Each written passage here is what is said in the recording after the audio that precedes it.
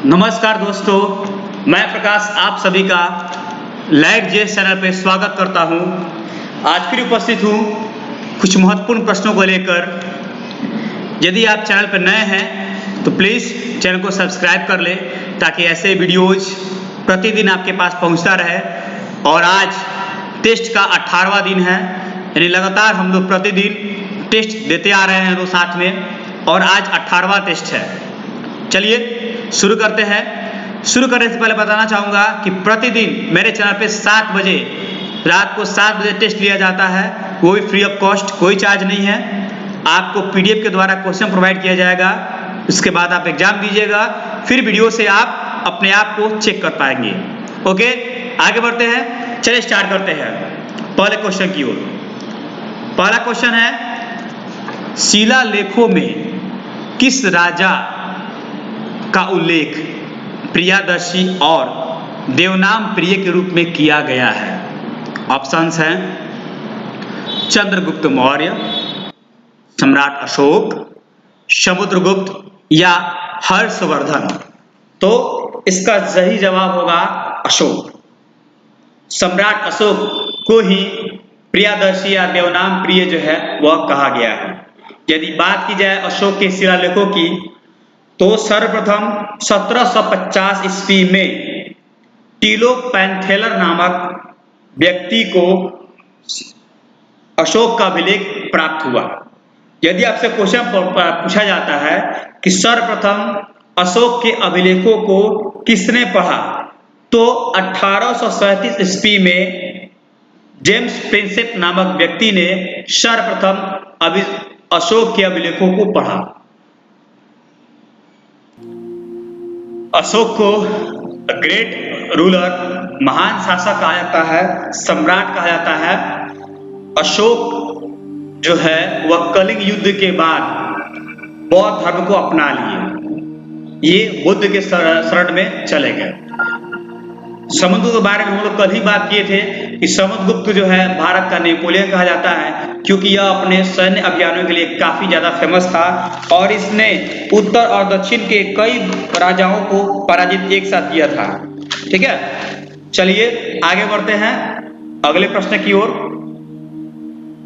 Question number 2, निम्नलिखित में कौन 1687 तक ईस्ट इंडिया कंपनी के व्यापार का केंद्र था?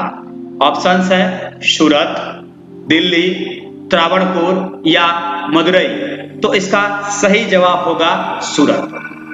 अंग्रेजों ने सबसे पहली अपनी कंपनी जो है सूरत में ही बैठाई, और सूरत जो है उस समय 1687 तक अंग्रेजों का एक महत्वपूर्ण केंद्र था। बाद में धीरे धीरे बंगाल, कलकत्ता, मद्रास, बंबई, ऐसे ऐसे जगहों पे अंग्रेजों का साम्राज्य धीरे धीरे फैलता गया। यदि बात की जाए अंग्रेजों का साम्राज्य के फैलने की, तो वैसे तो शुरू से ही जब से कंपनी की स्थापना हुई, ईस्ट इंडिया कंपनी 31 दिसंबर 1600 ईस्वी को जब उन्हें अधिकार मिला भारत में व्यापार करने के लिए, उसके बाद ये कंपनियां भारत में रही, इन्होंने व्यापार करना शुरू किया।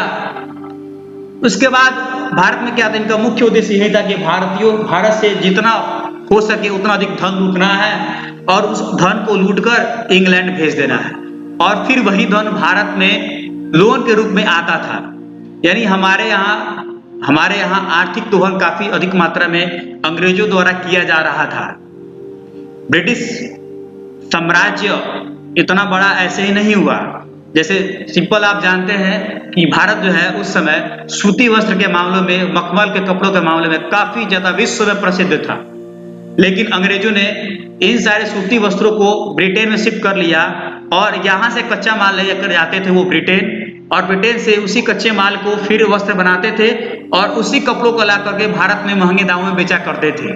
इसलिए आज इंग्लैंड जो है मैनचेस्टर का वर्ल्ड हब है पूरे वर्ल्ड में। उन्होंने भारत के विकास को छोड़ करके अपना विकास करना ही सबसे महत्वपूर्ण समझा, और जितना अधिक हो सके भारत के आर्थिक संसाधनों का दोहन सभी तरह से किया, चाहे वो कर के रूप में किया, चाहे वो हड़प कर किया, लूट कर किया, व्यापार की तरह किया, ऐसे करते गए। चलिए आगे बढ़ते हैं अगले प्रश्न की ओर। क्वेश्चन नंबर 3, गांधी जी का चंपारण आंदोलन था किसके लिए? हरिजन के अधिकार, सविनय अवज्ञा आंदोलन, हिंदू समाज की एकता बनाए रखना या इंडिगो श्रमिकों की समस्याओं का समाधान। तो इसका सही जवाब होगा इंडिगो श्रमिकों की समस्याओं का समाधान। उस समय बिहार के मुजफ्फरपुर एवं अविभाजित चंपारण, अर्थात उस समय पूर्वी चंपारण और पश्चिम चंपारण दोनों एक साथ कंबाइंड थे। वहां पे क्या था कि कुल भूमि के 3/20वें हिस्से पर नील उगाने के लिए मजदूरों को, किसानों को जो है अंग्रेजों द्वारा मजबूर किया जा रहा था।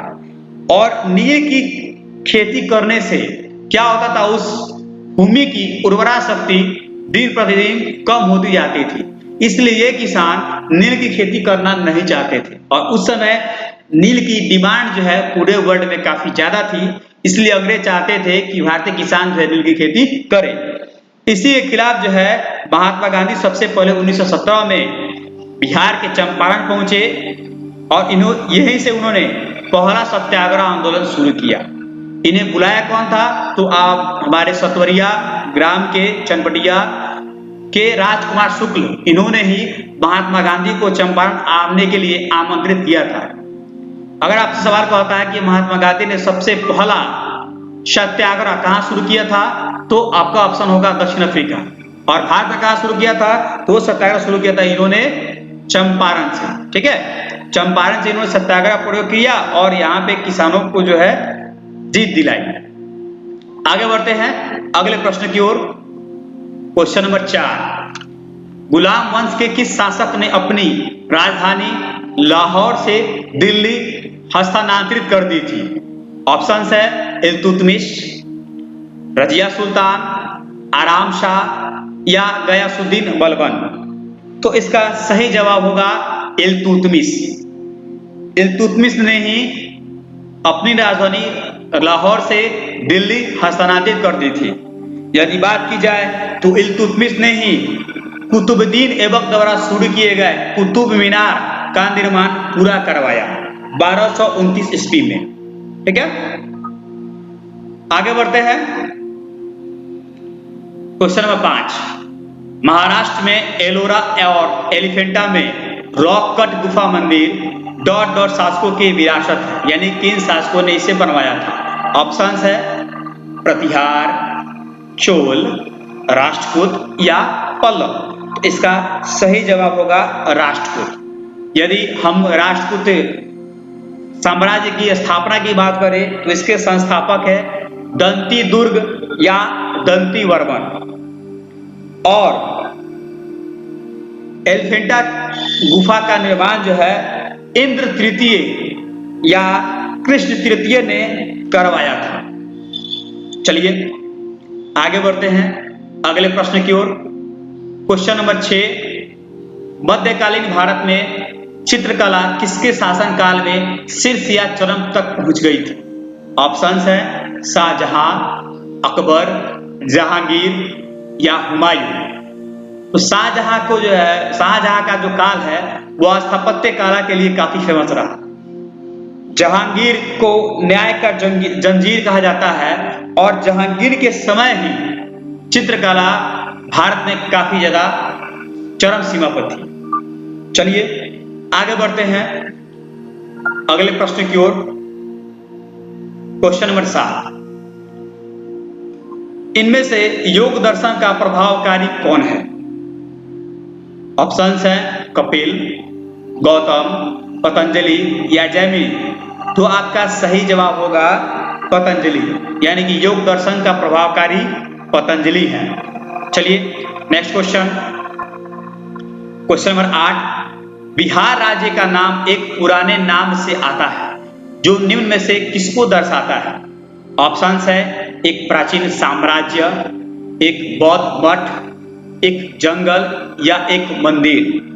तो इसका सही जवाब होगा एक बौद्ध मठ। बिहार का नाम एक पाली शब्द विहार से हुआ है, लिया गया है। विहार का अर्थ होता है निवास करना।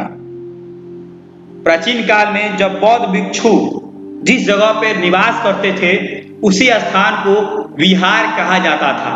बाद में ये बिहार शब्द जो है बिहार में बदल गया और हमारे राज्य का नाम बिहार हो गया। ठीक है, आगे बढ़ते हैं अगले प्रश्न की ओर। क्वेश्चन नंबर 9, निम्नलिखित में से किसने विक्रमशिला विश्वविद्यालय की स्थापना की थी? ऑप्शंस है कुमारगुप्त, हर्षवर्धन, धर्मपाल या समुद्रगुप्त। तो इसका सही जवाब होगा धर्मपाल। पाल वंश के शासक धर्मपाल द्वारा जो है वह विक्रमशिला विश्वविद्यालय की स्थापना की गई थी। विक्रमशिला बौद्ध शिक्षा के लिए काफी महत्वपूर्ण केंद्र था उस समय पूरे विश्व में। यदि कुमारगुप्त की बात की जाए तो कुमारगुप्त द्वारा ही नालंदा विश्वविद्यालय की स्थापना कराई गई थी। चलिए आगे बढ़ते हैं। लास्ट क्वेश्चन, बिहार में स्वराज दल की स्थापना किसने की? ऑप्शंस है श्री कृष्ण, रामलाल शाह या बंकिम चंद्र मित्र या सचिंद्र नाथ सान्याल। तो इसका सही जवाब होगा श्री कृष्ण सिंह। श्री कृष्ण सिंह जो है स्वराज दल की एक शाखा बिहार लाए थे। यदि स्वराज दल की स्थापना की बात की जाए तो 1923 में मोतीलाल नेहरू और चित्तरंजन दास के द्वारा स्वराज दल की स्थापना की गई थी। ये वीडियो आपको कैसे लगा अपना अनुभव हमें कमेंट बॉक्स में जरूर बताएं और प्रतिदिन टेस्ट देने के लिए हमारे साथ जुड़े रहिए। इस चैनल को सब्सक्राइब कीजिए। वीडियो अच्छी लगे तो लाइक, कमेंट और शेयर जरूर मारिए। Okay, thank you.